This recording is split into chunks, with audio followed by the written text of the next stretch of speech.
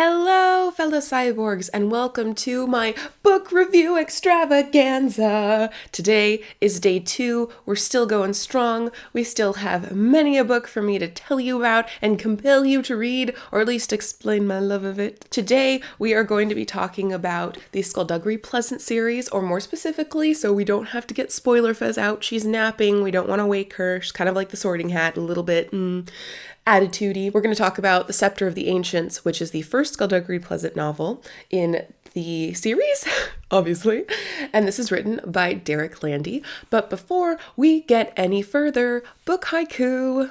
Sarcasm does well in times of blood and trouble. Laughter is magic.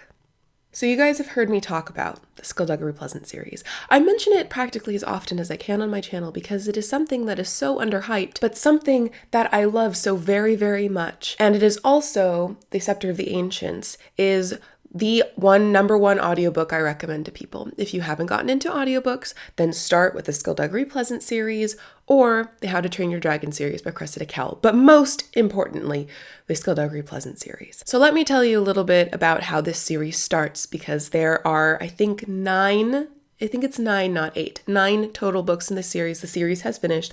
I haven't finished it because I don't want to, but that's on my list of things to do for the rest of the year. But in any case, I'm just getting ahead of myself. Stephanie Edgley has a very interesting uncle who writes horror stories. His name's Gordon, and he's awesome. He unfortunately dies at the very beginning of this novel, and he bequeaths to her nearly all of his wealth and his estate. And so one night she is hanging around in the house, just kind of reevaluating her life without her dear Uncle Gordon and what her life's going to look like now that she's inherited this estate and all his money. He's a very successful author. And then a man breaks into the house and uses magic to try to coerce her to giving him something he's been here to steal. But in comes a previously masked crusader, this odd man she's been seeing at the reading of the will and the funeral. In he comes and is revealed to be a walking, talking detective skeleton,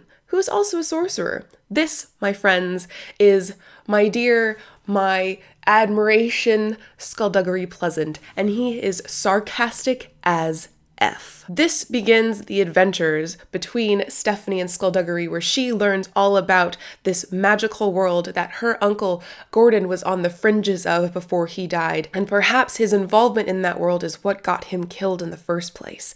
She has to decide if she wants to leave behind her mundane world that's safe and forego it for this world of mystery, magic, bloodshed, sarcasm, detecting, and inevitably ancient gods coming back and destroying the entire world. Later on in the series, things develop so much. Let me just give you a few things to look forward to. There's this great murderer who's never actually murdered anyone, who turns into the most pathetic zombie I've ever seen. There are teleporters, necromancers who are sassy, spider mages who somehow become spiders, and that's their skill. There's a woman with sigils carved into her body invisibly, but when she touches them, she is imbued with different magical abilities, strength, speed, fire in her hands.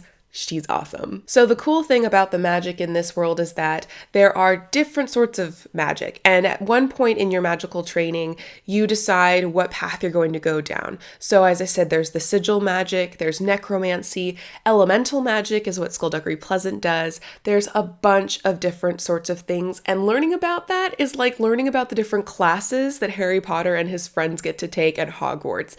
It just tickles your fancy so much. It makes you go like, what would I be? Would I be a Hufflepuff or a Slytherin? Would I be a necromancer or a sigil master? What would I do? Now, the main thing that I want to get across about Derek Landy's writing is it is so funny. Sarcasm pervades it. Sarcasm is the humor language that I understand and can comprehend on an emotional level, and I just love that about this. It gets dark, it gets bloody, there are fight scenes. Skulduggery Landy, Derek Landy likes writing fight scenes. Amidst all that, Skulduggery and Stephanie will be making quips, will be calling the attackers funny names and telling them how lame they are.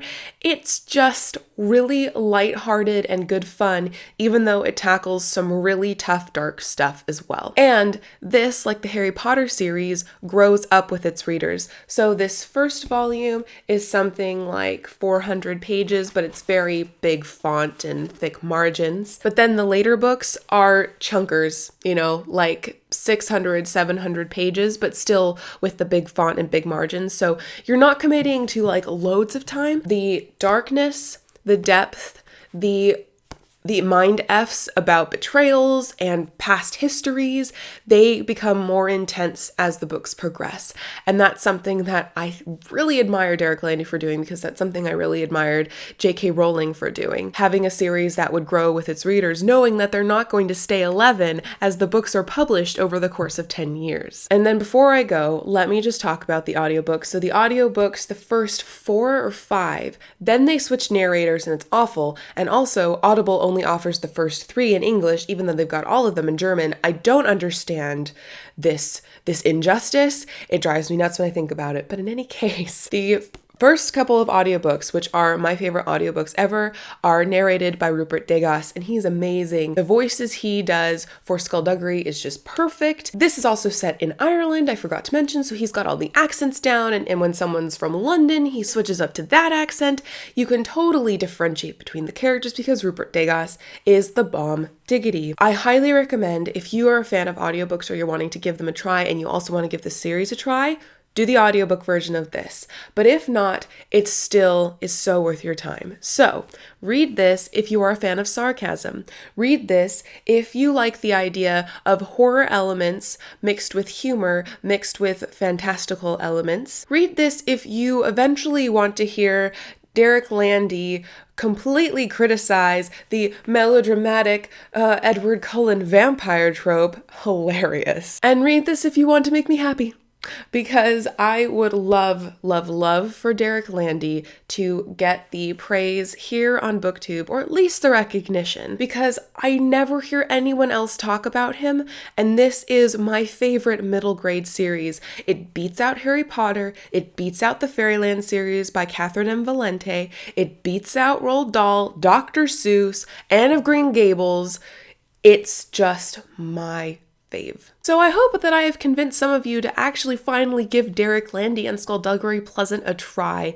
It's a real treat, I promise. If any of the things that I said sounded like it's up your alley, it is so up your alley. You will not be able to remember your life before Skulduggery Pleasant once you actually get it started. So please, please, please give that skeleton detective a try. Thank you for watching day 2 of the book review extravaganza. I hope you've been having fun and I've been thrilling you with my picks. Please let me know in the comments down below what your favorite middle grade series is, and I'm fine if dozens of you just say Harry Potter. Totally well deserved, totally well deserved. Until next time, I hope you have a wonderfully sarcastic day and continue to be lovely.